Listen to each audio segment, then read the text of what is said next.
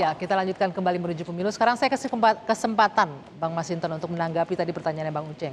Ini berkaitan dengan 2019 dan 2024. 2019 Anda jadi bagian di perahu yang sama dengan Pak Jokowi mendukung saat itu. Iya, ketika 2000 kita beberapa kali pemilu bareng sama Pak Jokowi. Dari mulai Pilkada Solo periode kedua beliau, Jakarta, kemudian 2 kali Pilpres. Bagus semua. Kita tidak menggunakan cara-cara di luar nalar publik. Kita Artinya tudingan kecurangan-kecurangan itu nggak ada ya? Pertanyaan Bang Uceng tadi artinya? Iya, kita tidak menggunakan cara-cara itu. Nah, yang menjadi pertanyaan publik saat ini, ya, ketika yang tadi disampaikan oleh Gus Coy, Presiden cawe-cawe itu di ujung jabatannya. Nah, cawe-cawe itu kemudian kita lihat ini masih pernyataan jauh hari.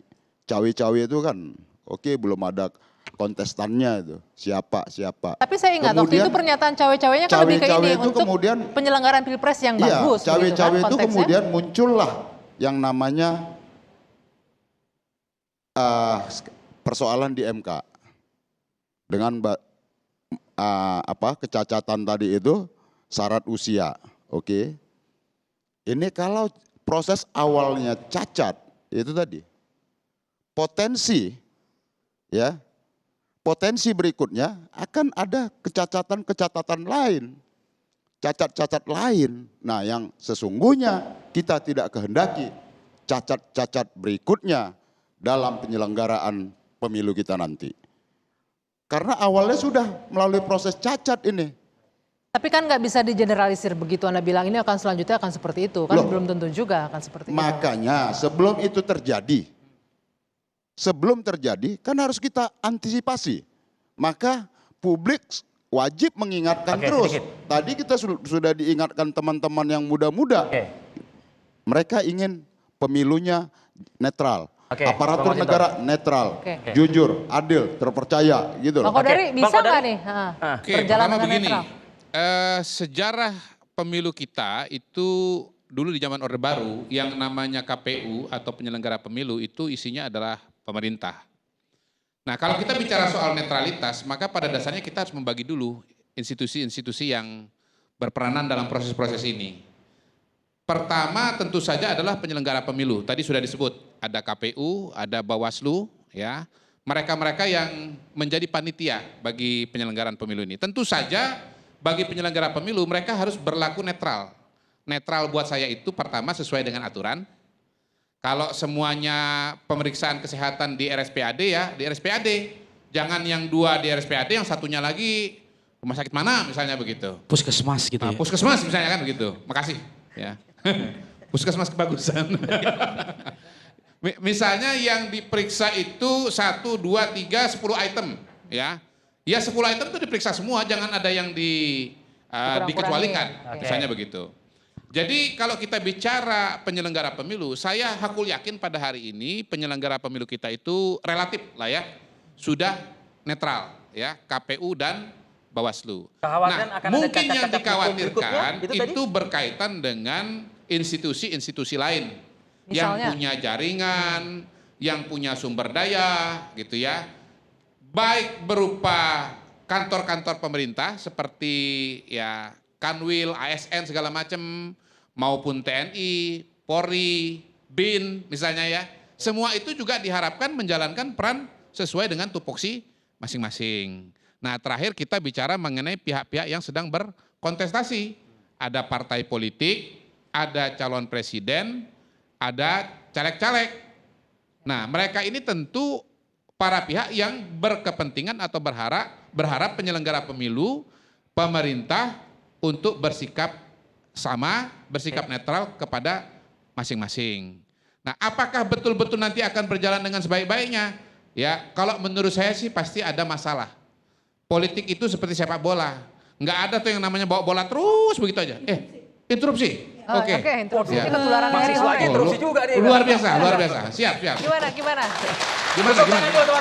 Tapi agak menarik loh, Bung Kodari sekarang dari tadi banget. pendapat para anak muda yang ada di layar tersebut bahwa apakah pemilu bisa netral, ya dikatakan netral, sedangkan para instansi-instansi yang sudah berwenang itu udah memiliki jabatan, ya. Sedangkan apakah itu bakal bisa terjadi netral? Sedangkan itu sudah ada jabatan-jabatan politik lain di situ. Pasti akan ibaratnya membela anak buahnya lah, ketimbang dia harus netral. Padahal belum tentu anak buah itu bisa menjalankan kedepannya dengan sangat baik.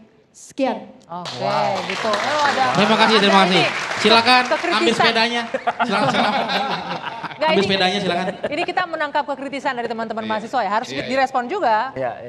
Berarti ada kekhawatiran itu. Betul. Dan menurut saya nanti akan terulang lagi seperti apa yang dialami oleh Habibur Rahman. Hanya nanti akan tukar tempat kan. Ya, jadi posisinya Apa tuh maksudnya itu? Hah? Alami saya. Nanti misalnya Pak Bib yang menang. Maka yang akan mengajukan gugatan adalah salah satu dari beliau berdua ini, begitu. Ya, baik dari kandidat Dan minjam bahasanya dan Habibur tentunya Rahman bahasanya di Habibur 2019. Rahman, Ya, begitu loh. ya, kira-kira Jadi kan kalau kita lihat ini sekarang kan walaupun semuanya ada di dalam parlemen, ada dalam dalam kabinet, tetapi sesungguhnya ini kan sudah mulai terjadi dinamika, terutama yang di tengah ya.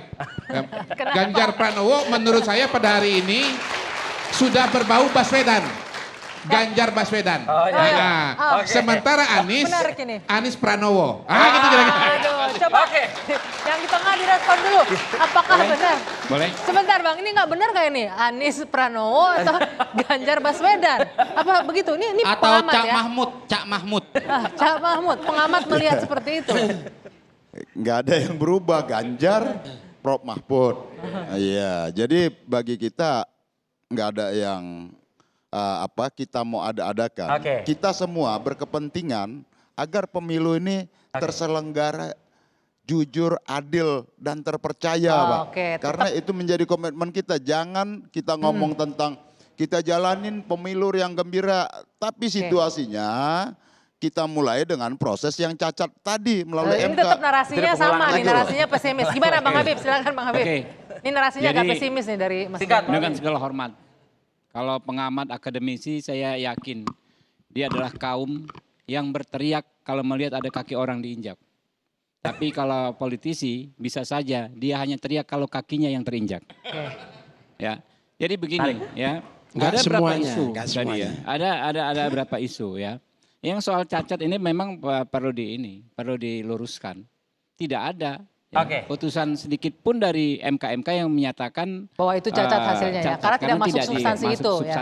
Jelas. Jadi ketika kita menjudge pemilu cacat, kita melihat abang kita Mas Sinton ini standing point-nya dari mana, gitu kan? Apakah karena ya kan benar-benar menganggap ini bermasalah atau enggak paham apa yang ditulis dalam MK atau memang ya keberatan Pak Gibran maju sebagai cawapresnya Pak Bukan, Prabowo. Kita masih ada bukan sedih kayaknya. keberatan itu, Bapak-bapak. Pak Edi. Iya. Memang cacat. MK putusan Majelis Kehormatan mengkonfirmasi Itu menurut itu siapa? bahwa cacat. Dasarnya? Putusan MK itu kan jelas. Bukan ada putusannya Bang, interpretasinya. bukan putusannya, tapi pelaksanaan oleh Majelis hakimnya yang Kehormatan dianggap tadi cacat. itu menyampaikan ada pelanggaran etik berat terhadap Ketua MK. Nah, Oke, bentuk pelanggarannya? ada intervensi, ada 10 item itu. Ini belum baca. Ada 10 item. Belum baca Gitu loh. putusan MK. Di halaman berapa? Bentuk intervensinya seperti apa? Ada 10 item, Bib, ya. Iya baca, ya apa 10 Enggak. item? Abis di sini nanti kita Bukan, bedah itunya, bukan dijelaskan. di sini kita Satu item membedahnya saja itu. Jelas saya masih ada hajatan di C. Jangan di sini Saya masih kita ada hajatan di C. membedahnya itu, waktunya Satu tidak item. cukup. Enggak, ada 10 item. Selesai ini baru satu nanti saja. kita selesai dari sini baru kita buka Ada nanti. 10 item. Mohon maaf, Bang. Satu Oke. saja. Gitu loh. Lihat Bang, dong. Bang kalau mau Bisa berantem di dilihat. rumah aja dah Bang. Nah, itu dia. Ya oke. Satu item saja di mana? Ini mohon maaf nih Bang. Intervensi, ada potensi intervensi Bukan gitu loh. intervensi atau potensi? Intervensi. Iya, apa mana bentuknya? Nanti kita bedah. Security, tolong security. Setuju nggak? Saya harus intervensi juga. Bukan Dan diskusi akan kembali saat lagi menuju pemilu 2024 sesaat lagi.